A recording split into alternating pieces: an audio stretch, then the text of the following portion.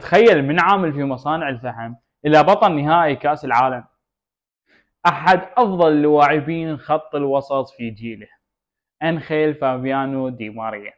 ولد دي ماريا بسنة 88 في عائلة فقيرة جدا جدا جدا. اضطر إلى العمل مع والده في مصانع الفحم إلى درجة إنه كان ما يقدر يشتري ملابس. تخيل 99% من مشاهدي فيديوهاتي ما متابعيني، أنت خسران، تابعني وانطي لايك.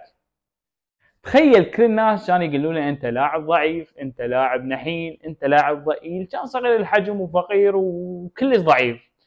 فهو كان مخلي بباله فكره انه لازم يصير لاعب محترف، فاضطرت والدته الى بيع ذهباتها حتى تشتري له حذاء. ووالده كان مجمع فلوس انطاها له حتى يلعب بنادي محترف.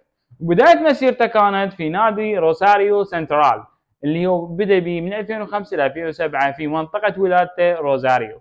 شعلة دي ماريا في هذا النادي بدأت بالاشتعال، ولاحظ الجميع تألق أنخيل دي ماريا، ولذلك انسحب إلى المنتخب الأرجنتيني الأولمبي إلى أن أخذ الميدالية الذهبية مع المنتخب الأولمبي في 2008، وكان هو صاحب الهدف الوحيد في ذلك النهائي.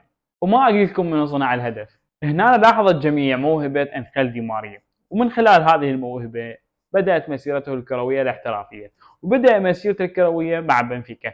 تخيل من بدايته ويا بنفيكا انتقل مباشرة إلى ريال مدريد، وب 2014 أخذ دوري الأبطال، ثم انتقل إلى مانشستر يونايتد، ومن خلالها إلى باريس سان جيرمان، ومن خلالها إلى يوفنتوس، ومن خلالها عاد مرة أخرى إلى ناديه الأم بنفيكا اللي بدأ وأظهر موهبته في أوروبا.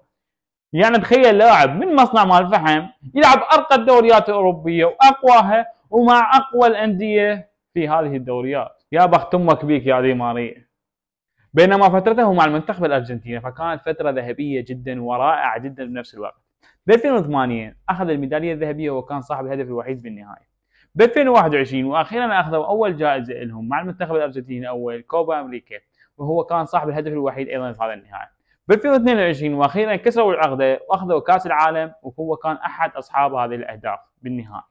بينما في 23 لعبوا بطولة جديدة لفامانيسيا إذا ما غلط باسمها، أيضا ساهم بها بشكل كبير. ب 2024 رجعوا من جديد لعبوا كوبا أمريكا وأيضا ساهم بها وأيضا أخذوا البطولة، فكانت فترة ذهبية جدا على المنتخب الأرجنتيني، وهو كان أحد صناع الأمجاد مع المنتخب الأرجنتيني بهاي الفترة. بينما كان محظوظ جدا في فترته الاحترافية حيث لعب مع عدة أساطير كروية، ومن أبرزهم ميسي وكريستيانو ونيمار، ولعب مع عدة أساطير هواي، ولذلك هو يعتبر من أكبر أو أكثر اللاعبين بالعالم حظا في هاي الفترة. أنخيل دي ماريا قصة كفاح كروية لا تنسى أبد، من اللاعب اللي كلش أحبهم لأن لاعب خلوق وممتع جدا.